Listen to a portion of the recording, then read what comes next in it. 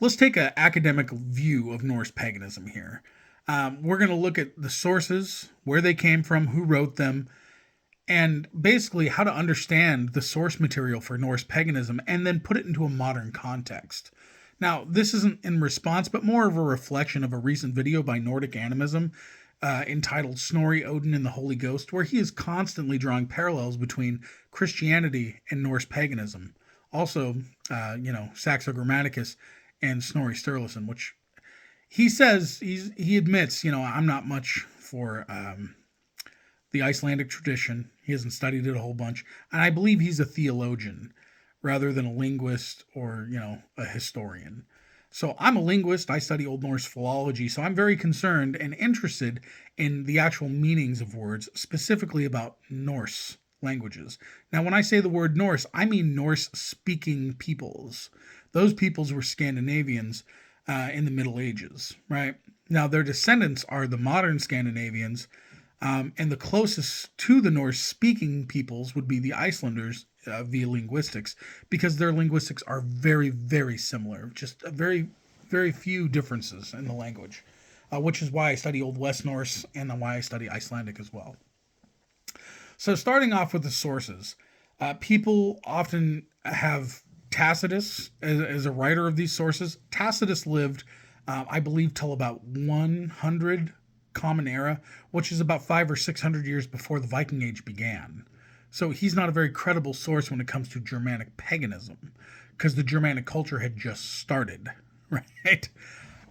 So the pre-Germanic beliefs were still around during that time, and he talks about them cutting off a branch, carving something into them, and casting what people perceive to be runes. That's not accurate. So casting runes in that sense, we don't know if that was a Germanic tradition or not. Other people say that Saxo Grammaticus. Now, Saxo was his name. Grammaticus means grammarian or scholar. That's Latin for scholar. So Grammaticus means he was just a scholar named Saxo. Now, Saxo was an actual monk, and his boss was an archbishop, and he used his boss's work in some of his writings, and they do not detail anything about Norse paganism. They talk briefly about the gods, but it's more of in a passing way, if anybody's, bothered to read them. So that's not source material on Norse paganism. There is only one type of source material we see in Norse paganism, and that comes from Iceland. And it was written mostly by Snorri, and possibly all of it was written by Snorri. Oh, or at least penned it. Now, there are some other versions of some sagas, like by Simon the Frothy. We'll get into him in a minute, but let's talk about Snorri Sturluson and why he's the writer of the source material of Norse paganism. So Snorri was born in 1180, I believe, in Iceland. His father was named Sturla, and Sturla was a Gothi, or a leader, and he had a disagreement with another Gothi named Paul, I think Svenningsson. Anyways, they had a legal disagreement, right? Like where the law speaker had to come in and, basically regulate. Now, what happened during the proceedings was Paul's wife actually tried to cut or kill Sturla, and she slashed his face. And upon asking why she would do that, she said, I wanted to make him look more like his idol Odin, which gives a lot of evidence to say that Sturla was a pagan, which was not uncommon for this time frame. We can see this in the Graugus laws, that pagans were given special dispensation to be pagan, number one, to imbibe horse meat, which was still a religious rite, and also to practice their rituals inside their homes. So we know that paganism existed in the late 1100s and afterwards. And Iceland was never as hardcore about it as Norway and stuff like that. So we know that Snorri was born to a pagan, right? So he understood these stories growing up, but he went to go live with another guy early on in his life because of that. That whole legal matter between Powell and Sturla, and kind of to to smooth things over, there was this guy named Jan Lobson. I call him John because it's a J, but in Icelandic it's Jan. And he said, "Hey, I'll take Snorri, I'll educate him, and I'll give him a great life, and smooth it all over. You don't have to take care of it because I believe Sturla wasn't that wealthy." So, anyways, that's what ended up happening, and that's where Snorri was introduced to Christianity by Jan Lobsten. Now, Jan Lobsten was had a very famous grandfather, Simon the Frothy. Now, I think it was Simon the Sigvatsson, but they called him Insfrodi for the wise. So Simon the Wise. Now, Simon the Wise had a school at Adi that he created. It was like a college, a place of higher education, where Snorri also attended. Now, Snorri was a Christian, but he owed no allegiance to the church. He was not a monk, like a lot of people say. I don't know where they get that.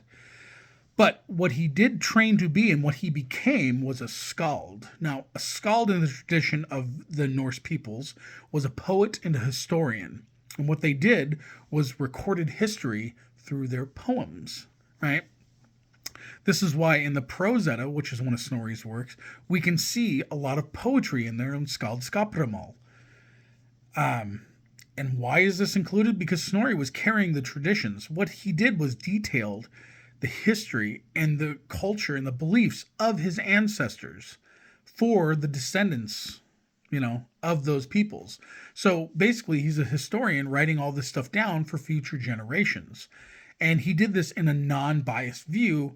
And when he approached this work, he wrote it for a contemporary audience. So basically, writing it like most of them were going to be Christian, because otherwise they would already know all these stories. But if they were Christian, they wouldn't. So he wrote it in a way that they could understand it. So when he writes in his foreword, which is before the actual text, in the Prose Edda, he writes, I believe this. He takes a euhemeristic view. Euhemerism is where you believe that godly things take root from actual humble beginnings, like worldly beginnings. So, like, they were deified through time. And this is why we'll see the word Troy thrown out there, because Snorri says these stories probably came from Greece or from Asia, both of which had very rich traditions of mythology. And through time, they just, were deified. They became godlike figures. Instead of Odin being just this really famous king, he was a god. That's what Snorri's saying. And this is good because we can define this and say, okay, Snorri was a Christian, so he believed that these came from here. So he's giving us where the traditions most likely came from. Because, in fact, these are not Norse traditions originally, right? They were Germanic traditions. And before that, they were something else.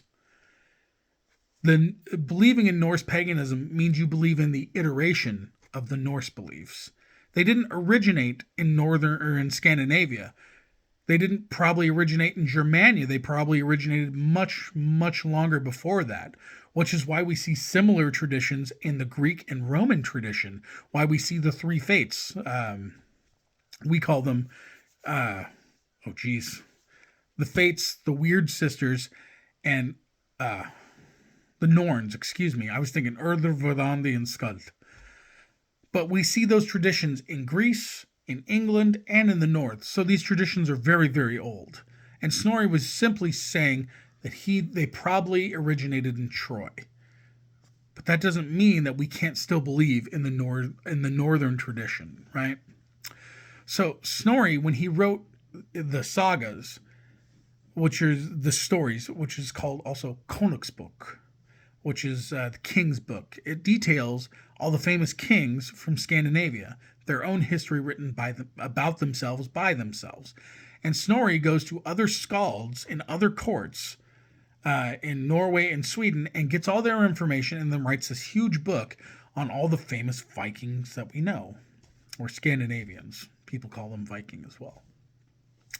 So that was his first book. And then he wrote his seminal work, the Prose Edda, where he's constantly referencing these poems.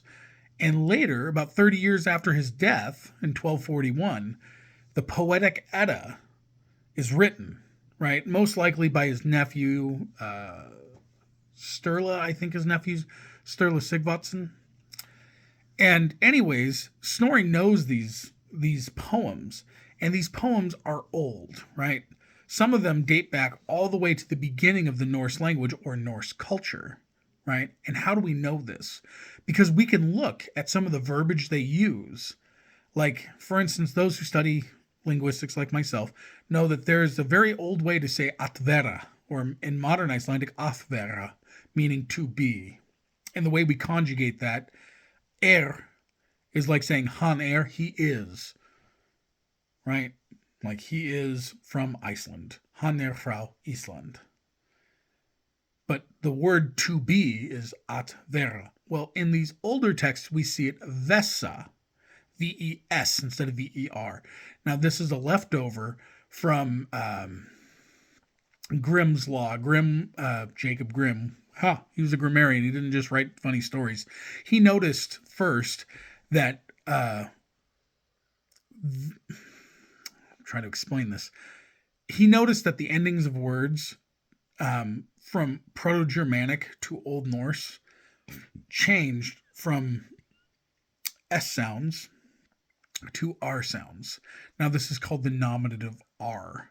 We'll see this in strong masculine nouns. Anyways, it didn't always have an R. They were an S before that. So we know it was from a transitional period in Old Norse. So these poems that contain words like S, many thurf, a man needs, which we see in, I think, stanza 2 of Hávamál. In poems like Hávamál and Völuspá, we see this very old speech used. So we know that these date back to the beginning of the Norse era, rather than when Snorri's time was. So Snorri wasn't making this stuff up. He was just very educated and well-versed in these things. Now, like I said, when Snorri wrote this, it was for a contemporary audience. So we can see, he says in the beginning, hey, this is what our ancestors believed, basically. And I'm going to put this in context for everybody to understand. So in my forward, I'm explaining, Snorri thinks, that I'm just going to say this stuff probably came from Troy or another center, of people somewhere around the world, maybe Asia, but most likely in Greece. And then they spread across Europe, which they did. Whether you believe in Norse paganism or not, these stories, we know they didn't originate in the North. We know they came from Germanic tradition, which came from another tradition. So Snorri says these come from here, and most likely, because he's taking a euhemeristic view, that these were very famous people in Greece, and they just got bigger and bigger over time. And then, obviously, they got so big that they traveled across the world. So then he starts out his actual story where he's talking about King Gulfi and Gulfaginning, right? Gulfaginning means the fooling of Gulfi, or the beguiling. And it talks about the goddess Gefjon going down there and she's a traveler. I'd have to read it in Old Norse to remember the exact verbiage used.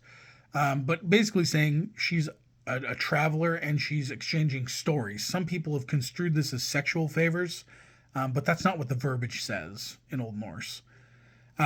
Anyways, she fools Gylfi out of a bunch of land because he said everything you can plow around in a day or 2 days or 2 nights or whatever, you can keep. So she grabs her Jotun sons and they plow a huge area and they make a Lake Sveafjord, and Sweden. And then she gets all this land. And then Gylfi's a little pissed off about it. And he goes under this pseudonym, Gangleri, and goes over to these 3 kings, Haur, Japanhaur, and Thridi. And they explain Norse paganism to Gylfi in disguise as Gangleri. Now, there has been some people who suppose that these 3 supreme beings represent the Father, the Son, and the Holy Ghost. May or may not be true, but we don't need to worry about that as a pagan reader. What we need to be concerned with is the fact that it details everything we know about Norse paganism, from the gods to the places, and there are some ideas that that Christianity is infused there because there's multiple heavens. Himyan is the word for heaven in Old Norse, but we have Vingulf, which means friendly floor, right? What's the other one? Gimle, which I believe means bright. So there's multiple places one can go after death, and a lot of people just talk about Valhalla, as we say it in English. Valhalla is just where Odin's warriors go, but Frey actually gets the first pick, and they go to Folkvang or Folkvanger. So there's multiple places you can go after death. And these are all detailed, right? And what Snorri's doing here is detailing all this information for the descendants of these peoples and for the whole world to view later at a later date. So when we're looking at this material, we need to be able to see, okay, here's what Snorri's saying. And he is very open and upfront about him being a Christian, and therefore he doesn't believe in this stuff, but he's detailing this. And he's teaching it in a way that we can all understand it. Now, in Skaldskaparmal, he's telling more stories and giving more subsequent information, as well as detailing a lot. He's taking lines out of the poems, the old poems, which now we know as the Poetic Edda, but he's taking those and infusing them in his text. And then he goes into Skaldskaparmal, where he tells more stories through poem form, teaching people about the different types of meter, like Drottkvat and Ljósahatr, which are two different types of meter on how to rhyme in Old Norse. And then we get to Nafnthul, which is the naming section. All these different names about the gods. The reason that Skaldskaparmal and Nafnthul are so important, and why people say, oh, it's just stupid poem stuff. No, it's more information about the gods and the way the Norse viewed them. And the Nafnthul is the two naming sections give us other names for the gods, not just Odin, who has over 200 attested names, but, for instance, Thor. He's not just known as Thor. He's known as Opku Thor, Driver Thor, because he's always on his cart with his goats, Tan Nostun, Tan Kristner. He's also known as Fjorgen's son. Now, Fjorgen is also known as Jorth, or Earth, or it's actually Jörth, because it has the O with the double diareses, the double dots, which is like saying it's the sound in earn, as in that's my dad in that urn, or I earned that money.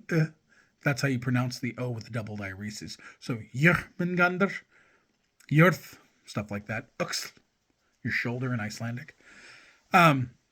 He's giving us all these other names in more context on how the Norse believed. And at the end of the day, we have to marry not just what Snorri writes in these Eddas, right?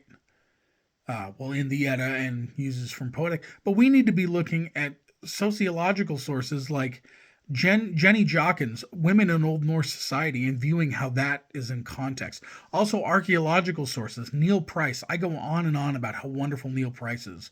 Matter of fact, that shelf behind me, I have two of his books.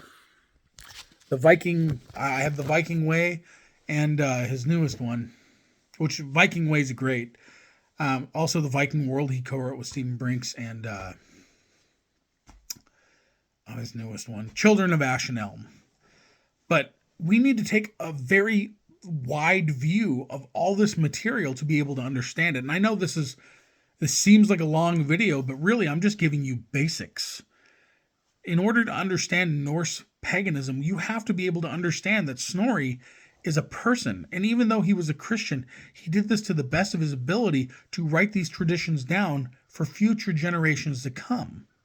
He wasn't just writing this as a Christian, and he certainly wasn't trying to disparage or degrade the gods. He was just detailing this stuff from a third-person, non-biased view.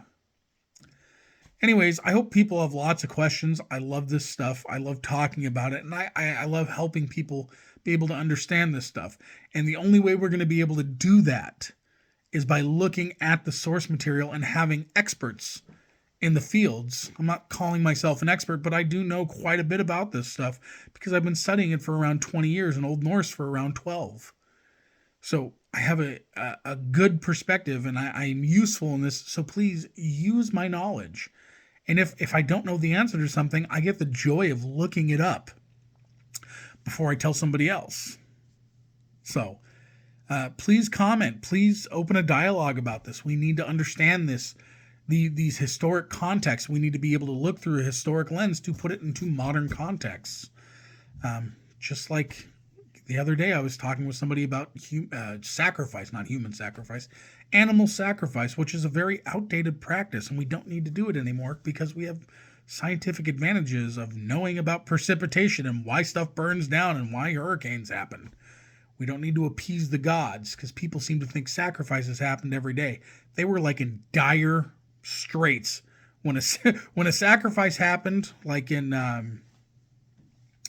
the story of Domald, the king of Sweden. They had bloats, sacrifices for 3 years straight.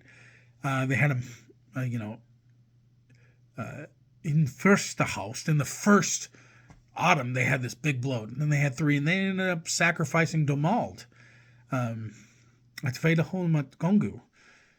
Was it, they offered him combat at Vedaholmat Gongu. Oktrepahan, Okrilth Stalameth Blothihan. And Atrepahan means to kill him. They killed him. Okrilth Stalameth Blothihans. Riltha means Riltha Stala means to paint it red. It's to paint the stall, the altar red. So they sacrificed him on the altar. So all these things we need to understand in context, and we need to be able to look at them in context, in a historical context, to be able to apply them to modern paganism. Like sacrifice not being a very prevalent practice anymore because we don't need to do it. But anyways, hope everybody learned something. I hope everybody has a great day.